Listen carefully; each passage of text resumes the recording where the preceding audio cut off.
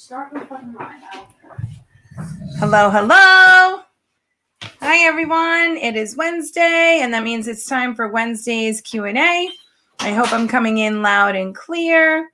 For those of you who don't know who I am, my name is Kathy Flynn, and I am going live every Wednesday at 5 o'clock Eastern Standard Time. I go live in the autism community, the Autistic and Thriving Facebook group, the Autistic and Thriving Facebook page, and the Autistic and Thriving YouTube channel. So we haven't had that much engagement and people coming on in the last couple weeks. We may reduce the amount of times we go live in this group because I am planning on different projects moving forward. And I'm going to have to dedicate my time in those spaces. So just to kind of give you guys a little bit more of a heads up about me, audio and visual working perfectly. Great. Thank you. Whoever this is, let me know as you guys come in. This is from the autism community.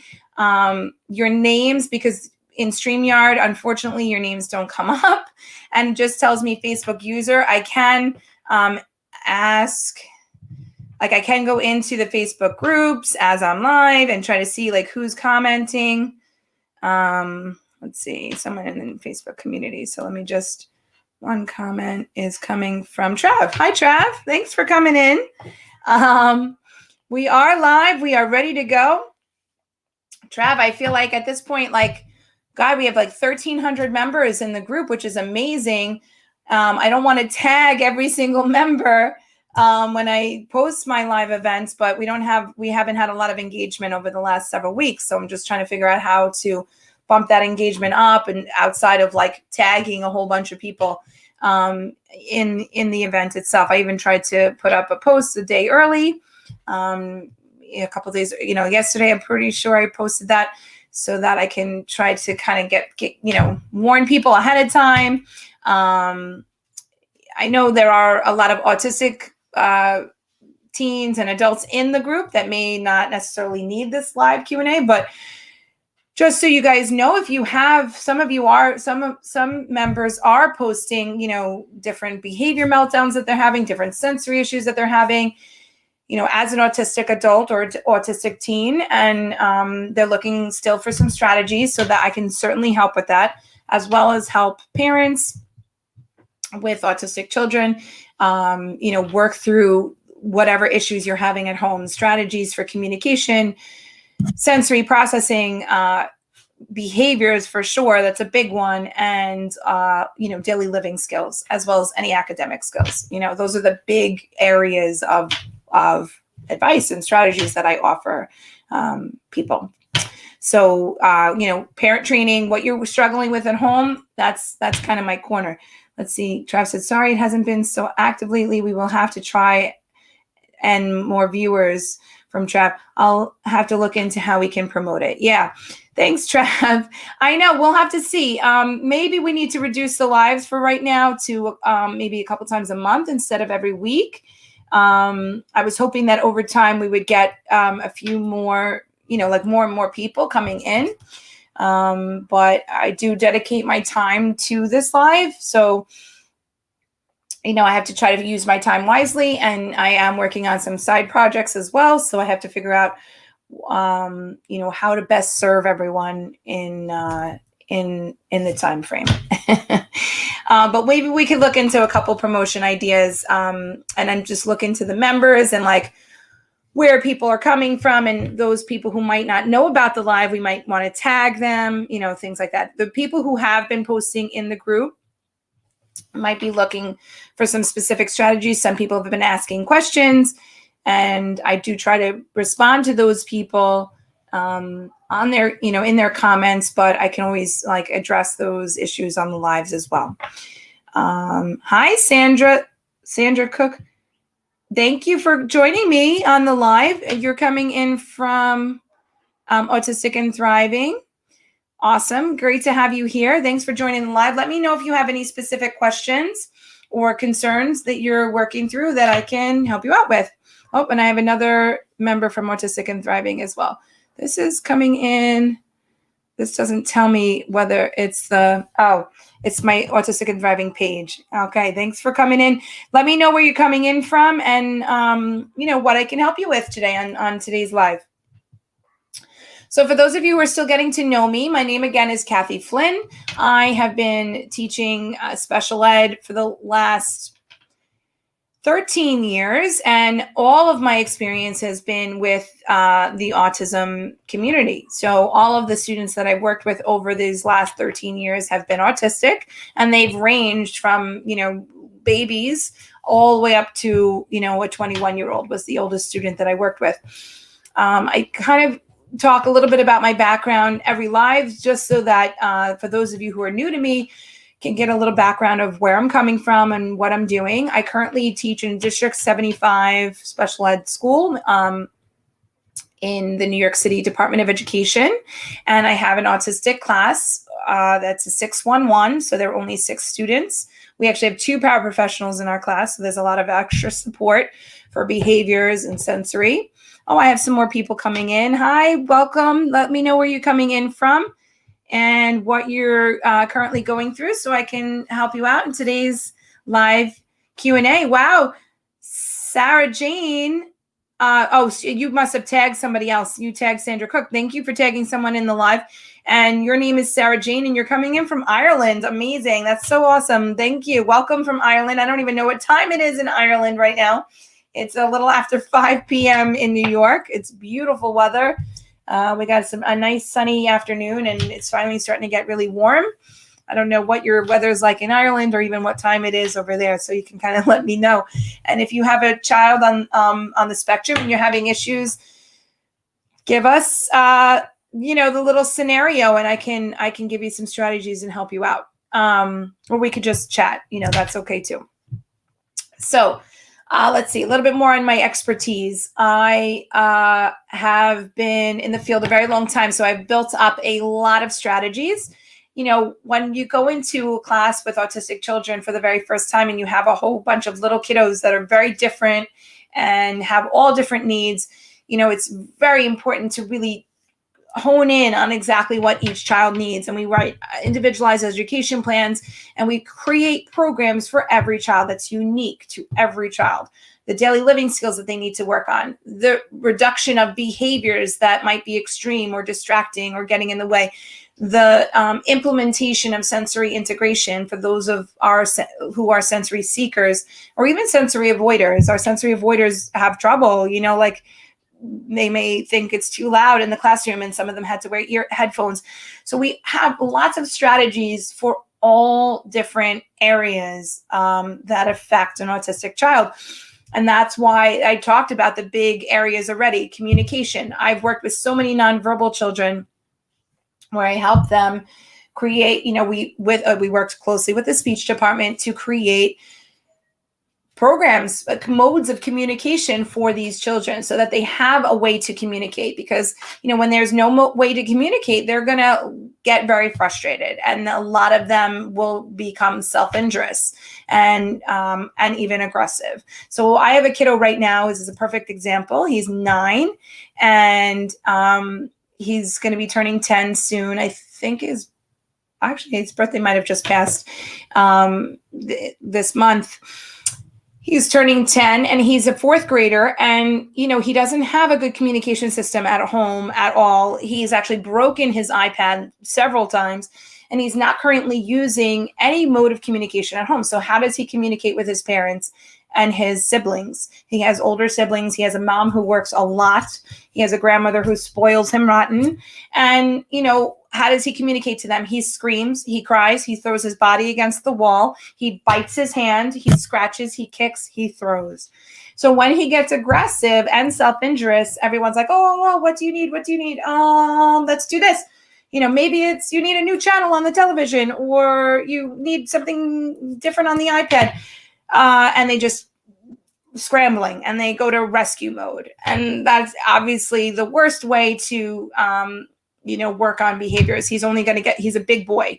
He's going to get bigger. He's going to get stronger, and he's communicating right now with aggression. And he's getting worse. He's getting even more aggressive because when he can't get what he wants, and he's always so used to getting what he wants. He doesn't like to be told no. We're working on an accepting no program with him so that he gets used to hearing the word no. Let's say like his favorite snack is popcorn.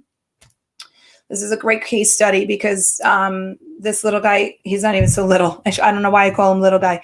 He's my big boy, one of my big students right now. He loves popcorn. That's his favorite snack. And when popcorn's not available anymore, he gets very upset. So, popcorn's not always going to be available. Sometimes we run out. Sometimes you're going to run out at home.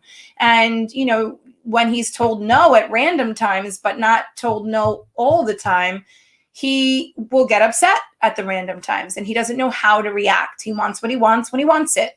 And he's just going to start throwing things until he gets what he wants. And then there's times when you can't get what you want, so it's important for him to use communication at home. We are going to be sending home his new device. He just got a brand new device because he's broken his device so many times because of his aggression. We just got a brand new device for him. We need to show the family how to use this device so that he can communicate more effectively at home instead of using aggression.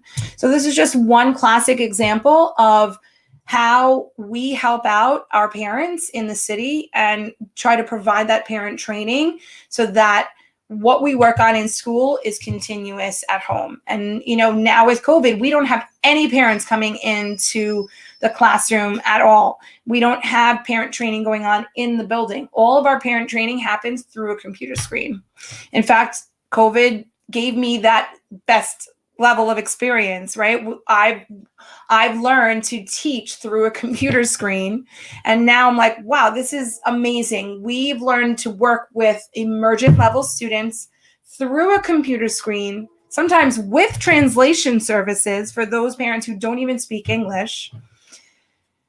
And we make it work, right? We've like almost perfected the model at this point. So now I'm like, well, this is amazing. I can take what I now learned how to teach through a computer screen and take it global. Like I can help anyone across the world if I can tap into translation services and get that language, translated for me. I can help someone in almost any country.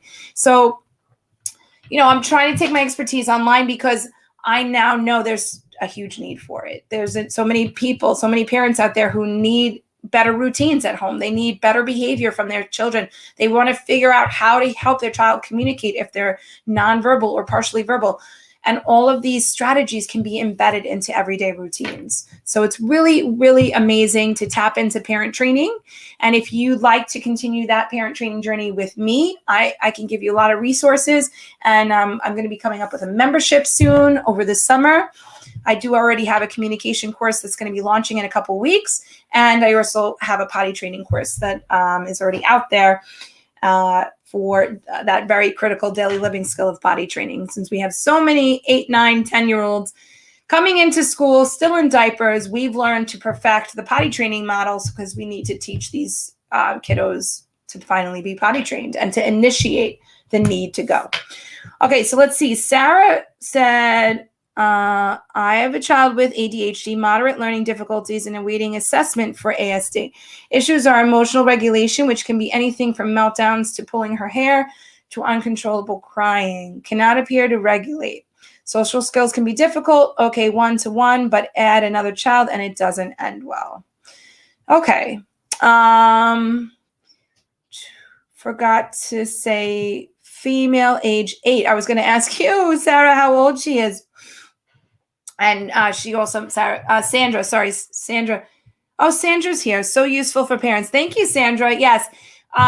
Providing this service, Autistic and Thriving is the platform. We're going to be going into a membership model, but we're going to, there's courses on the front end and a membership on the back end so that you can continue to come back every month and get such important content that's so useful at home as well as parent coaching. So let's see. Sarah Jane, I'm going to help you now with your 8-year-old. And let's see, you're in Ireland. Let me know what's already going on in school. What services she's already getting, what kind of a class size she's already in. But I'm going to just give you a few strategies with emotional regulation. We need to kind of understand like why these meltdowns are happening. She's pulling her hair, she's crying, she's having a hard time regulating. So that tells me that this might, be sensory related. If there's a lot of crying and pulling of the hair going on. I mean, how is she communicating? Let me know like what she's using for communication. I could talk to you about social skills in a little bit, but I kind of trying to figure out why she's so emotional and showing these meltdowns. Like around what time of day do these meltdowns happen? Is she not sleeping well? How does she eat? Is she, like what kind of a diet does she have? When she's melting down, is it because like she wants access to something that's not available, or is it because she wants to do something that she can't do at that moment? Is it when you have to transition her to school or to the community? Like I need to understand a little bit more about the meltdown so I can give you strategies, because that's what we do as behavior specialists. Like I'm a special ed teacher, but I'm also a parent trainer and I'm also a behavior specialist because I've learned, I'm not board certified yet. I will be board certified in the future. I will be a board certified behavior analyst. But even outside of being board certified, I know how to analyze behavior. I know how to look at behavior and say, what's causing that behavior? There has to be a function, right? There has to be a reason why she's having meltdowns. Is it sensory? Is she having a sensory meltdown, sensory overload? Noise might be an issue for her. Textures might be an issue for her. Feeling unbalanced might be an issue for her. And that might affect her every day. That might be all day long. That might be why she's so irritable. Or it could be other things. It could be that she wants access to something and she's not able to have it all the time. So, wanting a tangible. It could be that she wants to escape the test. She doesn't want to go to school, or she doesn't want to be doing remote learning, or, things that might be difficult for her. She might shut down and want to escape. So she might be having a meltdown to try to escape what she's being asked to do. There's lots of reasons why kiddos melt down. And every time they melt down, it's communication. So we need to figure out, what are they trying to tell us? The only way to try to figure out what they're trying to tell us is to see patterns over time. So we need to look at, around what time of day are the meltdowns happening? Is there around, similar things? Is it always around mealtime? Maybe she's just hungry. And then you can be very proactive about her meals and snacks. Is it always in the morning because she doesn't want to get up because she doesn't sleep well? Then you can try to create some better bedtime routines. Or is it, because every time she's in a loud, crowded place, that could be social anxiety and, noise that she's that she's very sensitive to.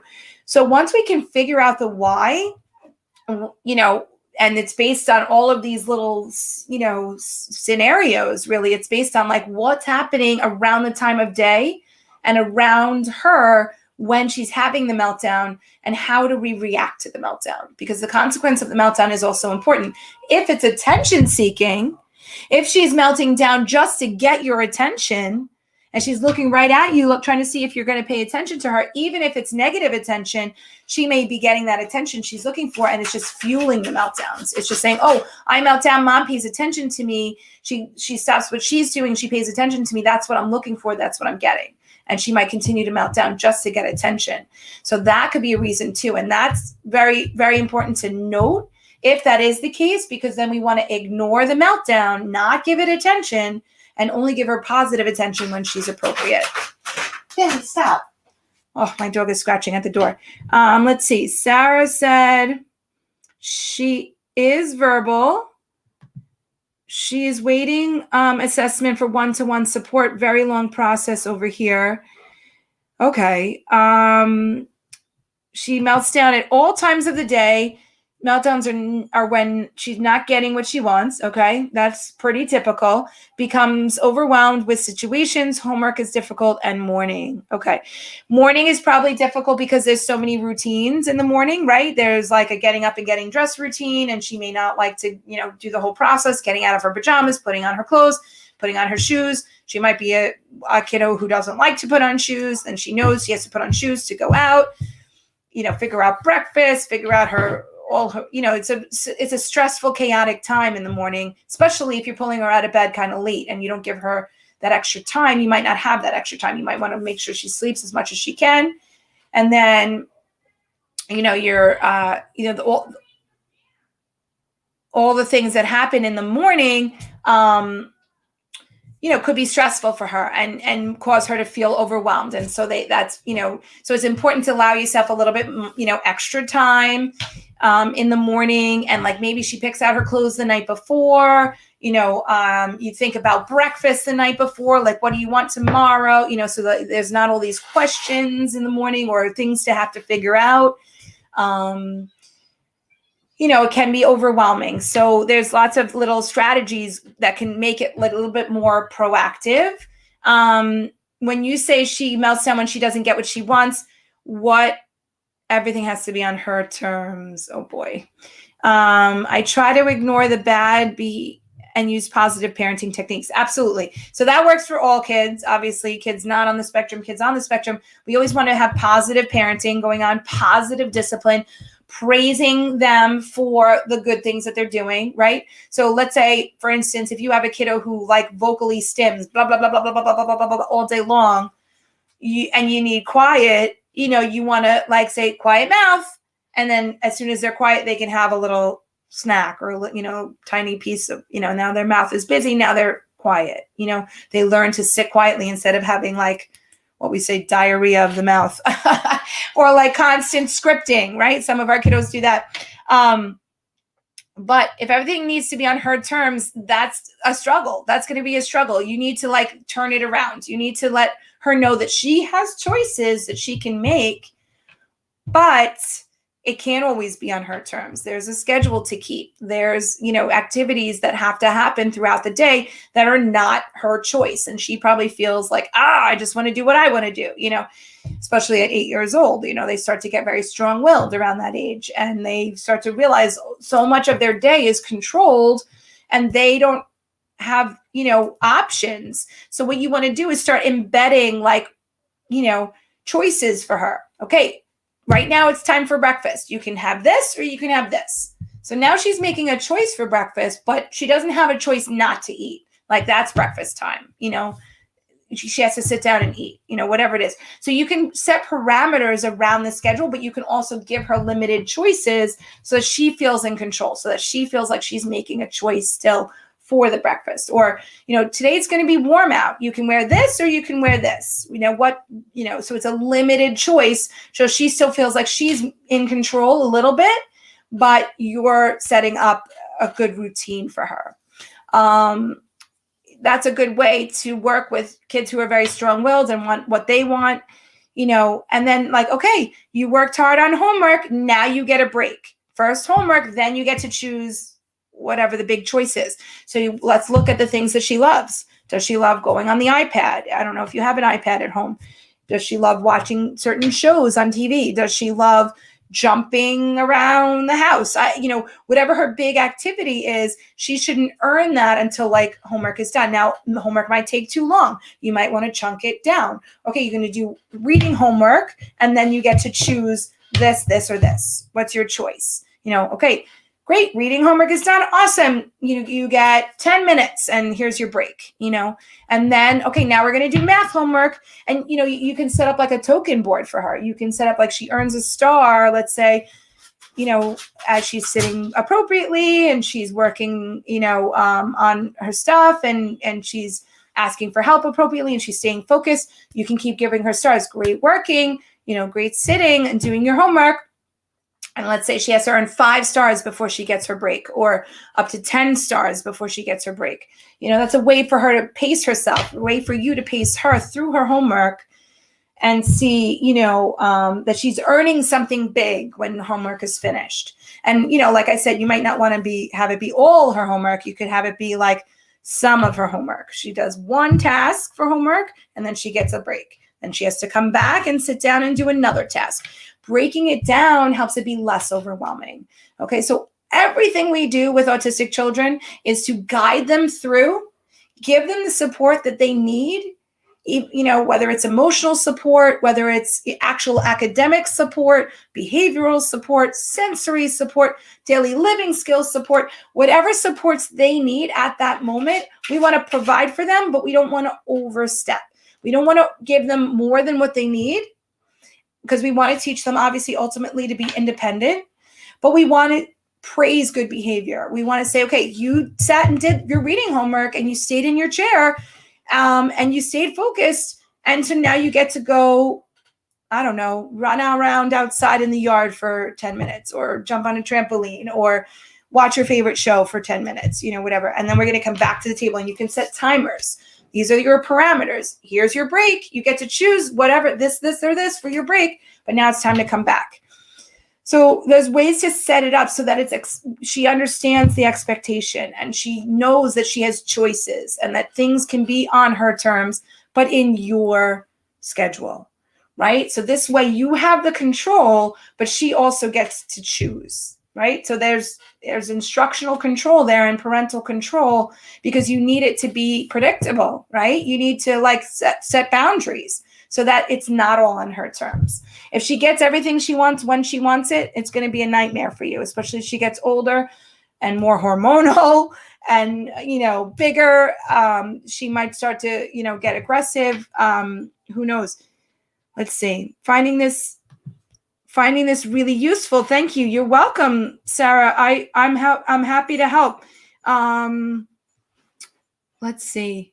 Sarah Jane. So Sarah, you're one of my only commenters right now. Let's see. My problem. Oh, this is Sandra. Hi, Sandra. My problem is my boy wants to be on the iPad all day. Everything is a drama when the iPad is removed. Okay. I'm going to get back to you in 1 second, Sandra, on that. Let me just see what else.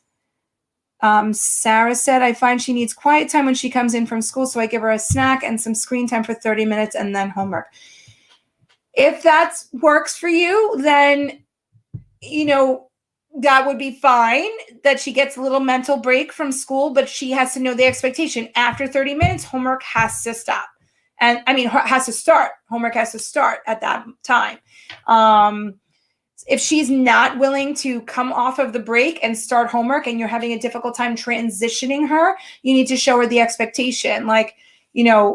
Once we start homework, we're going to work for whatever it is, 10 minutes, and then we can take another break, and, let you see what is a good time frame for her. It might not be 10 minutes. It could be, maybe she can go for 20 minutes, maybe she can finish all of her homework and then get a break. But you're going to have to set up parameters if homework is a struggle. And if getting to the homework table is a struggle, you work on the transition. So this is what Sandra said too. She's having a difficult time transitioning her son off of the iPad. So transitions can be really tricky, right? Transitions can be very difficult for our kiddos. My guy that I was talking, one of my students that I was talking about before, loves the weighted blanket. Loves this weighted blanket in my classroom. He loves sensory. He needs deep pressure. He goes to the sensory area and lays under the weighted blanket a lot of the day. We have to transition him back to the table. He can't lay under there all day long, right? He has to come back to the table and do work. So we have to learn how to transition him. The best way to transition a child away from something preferred to something non-preferred is to use what we call the promise procedure. So we're going to go over to them with their favorite thing. So now you said your son, Sandra, loves the iPad.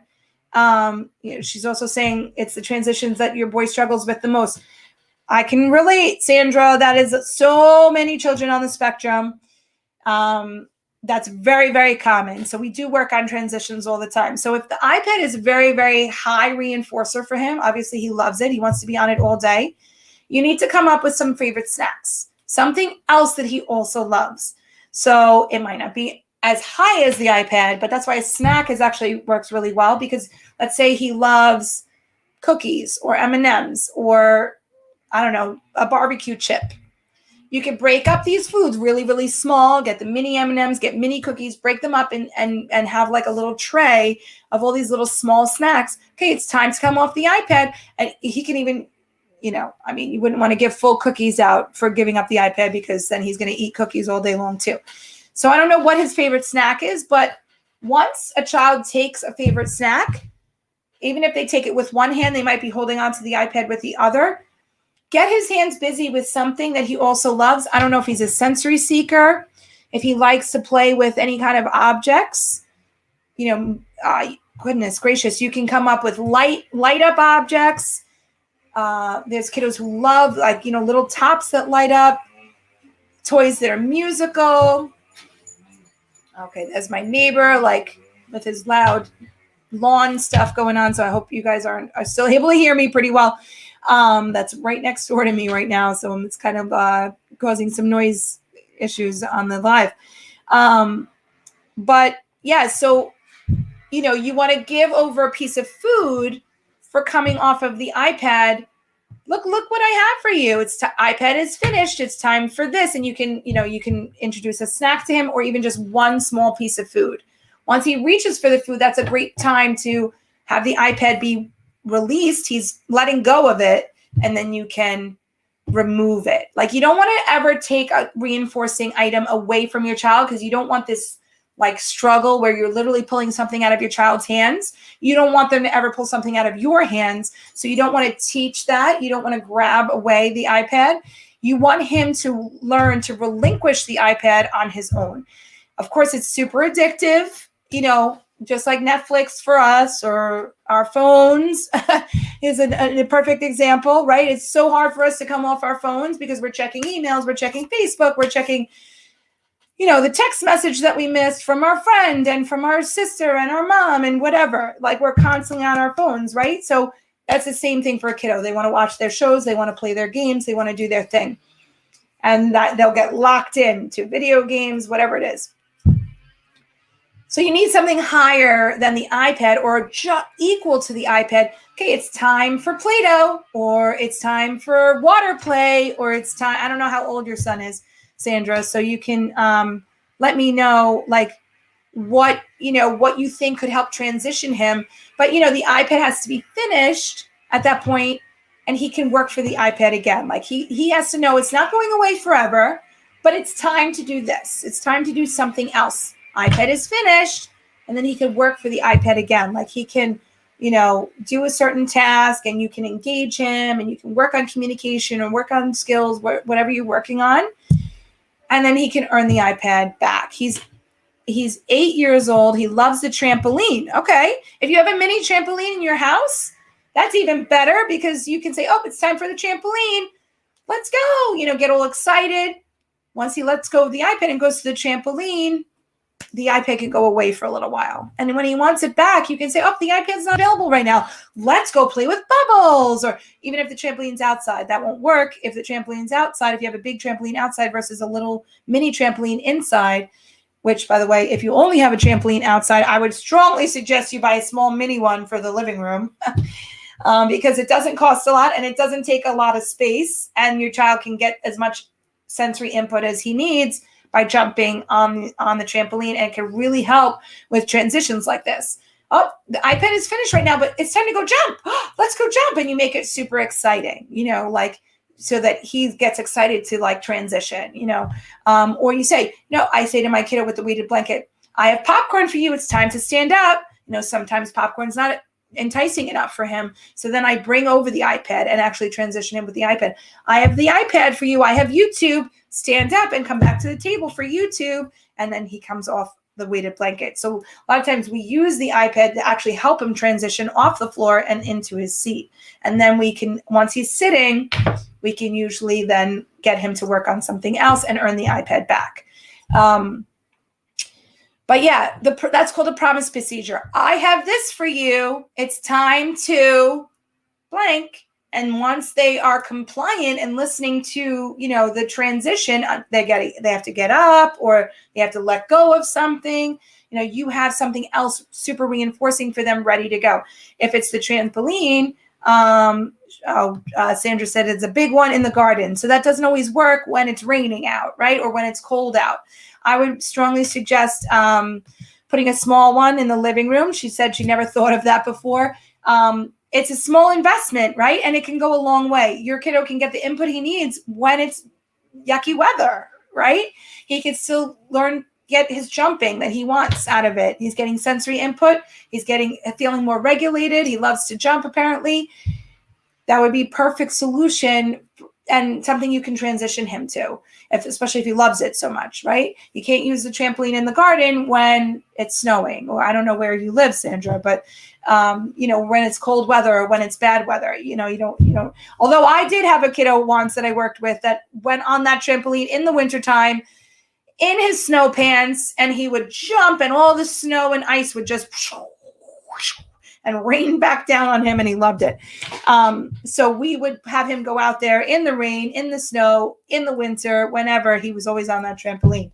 And if that's the case for your kiddo, then that could work too. But another solution is to have a small one inside. But, it's time to do this. iPad is finished, and you don't. Oh, Sandra, you're in Ireland too. Wow, that's so wild. You're both coming in from Ireland.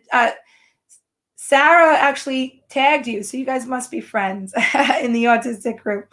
So yes, weather definitely is an issue, and yeah, always raining. Okay. Does he ever go on the trampoline in the rain? I mean, that he could. If your kiddo likes the rain, some kiddos love the way the rain feels on their bodies. Other kids are like, get me inside. They don't want to be wet. So it depends. But yeah, be strategic. You can always hand over a favorite snack to get him off the iPad, and you could start setting iPad limits. The iPad's not available all day. It's time to do this. He's 8, you said, so you guys both have 8-year-old kids. Sarah has an 8-year-old daughter. Sandra, you have an 8-year-old boy. I'm wondering if they're going to the same school, honestly. Sounds like the two of you are friends, and that's great. You can be supportive of each other, and I can help you also with lots of strategies. When you want to transition your kiddo away, so he's in school a lot of the day, I'm sure he's not getting the iPad all day in school. That's an expectation at school. So at home, you want to make it an expectation that it's not iPad time all the time. He's got to earn the iPad, let's say. He's got to work on different skills. He's got to work on different things. I'm not sure if he's communicating, if he needs to work on communication or other skills. He needs to work on homework and then he can get the iPad, or he needs to do something active and then get the iPad. And, you want to kind of go back and forth between something active at the table, something that'll engage him. I don't know if he likes Play-Doh or slime or putty or building with blocks or any of those things. You can make those things super engaging for him. I'm sure right now he only loves the iPad. But if you show him, like I have this kiddo in my class that loves the iPad, but then we bought this like tube thingy. It's like stretchy and a little sticky, and he loves it. He wraps it around his finger and then pulls it off and twirls it in the air. And he could be wrapped up in this little stretchy twirly thing for several minutes. But if we didn't introduce that to him, we wouldn't have known that he loves it. So you always want to play around with some new objects that your son might love. And you want to make it exciting. You want to start pairing some new reinforcers. Oh, great job playing with the blocks. Here's a M&M, or here's a cookie, or here's a piece of goldfish. Pair something that he loves with a new activity so that you start to have some other leisure activities that he can do besides the iPad. Okay, so that's some good strategies there. He doesn't like it in the rain, and he doesn't like feeling of wet clothes. Okay, yeah, that's typical. A lot of kiddos don't like to be wet.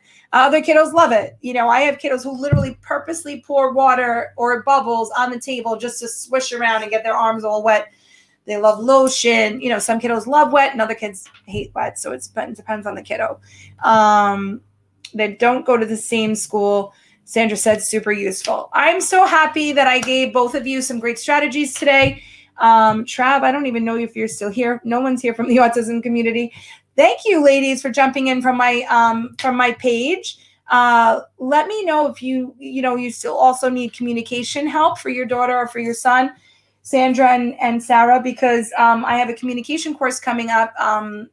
Sarah, you did say your daughter's verbal. Sandra, I don't know about your son. They're both 8 years old. I have a communication course coming up for mostly for nonverbal or partially verbal kiddos. But some of the other things that we do in the program where we talk about, working at the table and getting your kiddo used to following directions and using reinforcement. If you're not using any reinforcement at home, you might want to look into the course to learn how to set all of that up. Verbal dyspraxia. Okay, so he is talking a little bit, but he has difficulty talking, is basically what you're saying. I don't know if he's using a lot of words, a lot of sentences. Is he using something to help him talk? Or are they only working on verbal speech for him? He's now verbal after 3 years in a speech unit. Wonderful. That's awesome, Sandra. Good. So you want to keep expanding his speech, right? You want to keep teaching him new words. You want to keep him communicating effectively. And I'm sure he has to work on that all the time. So, if the speech teacher has things that you can try at home to help his speech, you definitely want to work on those things to help improve his speech, and help him make even more progress. You don't definitely want him on the iPad all the time. So you have to start setting up those parameters. If kiddos are allowed, of course, they're going to take advantage and take all the time that they want if they're just left to be on the iPad all the time. Then they get too addicted and it's hard to break them away. So, start setting up some afternoon activities for him where, okay, first we're going to go to the park and then we're going to, do some Play-Doh at the table and then you can have the iPad. Or, maybe try one activity for 5 minutes and then the iPad back. And you can slowly start increasing the amount of activities that are non-iPad, but start small. Start okay, we're going to do this and then you can have the iPad back, and maybe this lasts 5 minutes in the beginning. You can then try to stretch it to 15 minutes, a half hour, always try new activities, new toys, new objects that he might love, besides the jumping on the trampoline. You can try the promise procedure first, I have this for you. It's time to pause the iPad, and this has to be something strong enough that he's willing to stop the iPad and get it, whether it's a favorite snack or whatever. That's reinforcement. We want him to change his behavior of actually stopping the iPad to get a reinforcer. So he has to follow the direction, pause the iPad, let go, and then he can get his favorite snack, piece, small piece. And that would be a reinforcer. He's following your direction. He's coming off of the iPad. He's letting go so that you can take it, and he gets something for doing that, for following that direction. So that's reinforcement. When we reinforce our kiddos for following a one-step direction, something that is hard for him to do, but he's learning to transition away from the iPad, and he loves it so much it's hard for him to give it up, but he's willing to give it up because you're giving him something else as a promise if he follows that direction. I hope that makes sense. So reinforcement can get very tricky, but setting up reinforcement at home is so important, because otherwise you have kiddos who don't really listen to you and don't want to, follow your routines or your schedules, and they just want to do what they want to do. So we need to come away from that, because the more we let them do whatever they want to do, the less realistic their world's going to be, right? They have to follow some sort of a schedule at school. You want to set up a loose schedule for them to follow at home too, and start to slowly embed some other, activities that you can do at the table so that it's not always iPad. Weekly speech therapy, but daily work with it with me. Perfect. Awesome, Sandra. Good stuff. Okay, guys, I'm so sorry, but I have to run. I have to get to my son's baseball game, which is starting right now, actually. So I got to get out of here. Thanks so much for popping in. For those of you who came into the live today, Sandra and Sarah from all the way from Ireland. Amazing. If you have another question that you didn't think of and you want to jump in and write it in the thread, I can always answer you later. Excuse me. And great to hear from you ladies. They both said that this was fabulous, and they're thanking me, and you're welcome. Come again next week. I go live every Wednesday for right now. That's my schedule. Every Wednesday at 5 p.m. Eastern Standard Time. But if you have any issues or concerns, you can always post in the page, in the group or the page. Either the autism community for those of you who are over there, or wherever you are, you can always message me, or you can post to the group that you're in or the page that you're on so that I can respond to you there. Have a great week, everybody, and I'll see you next week. Bye.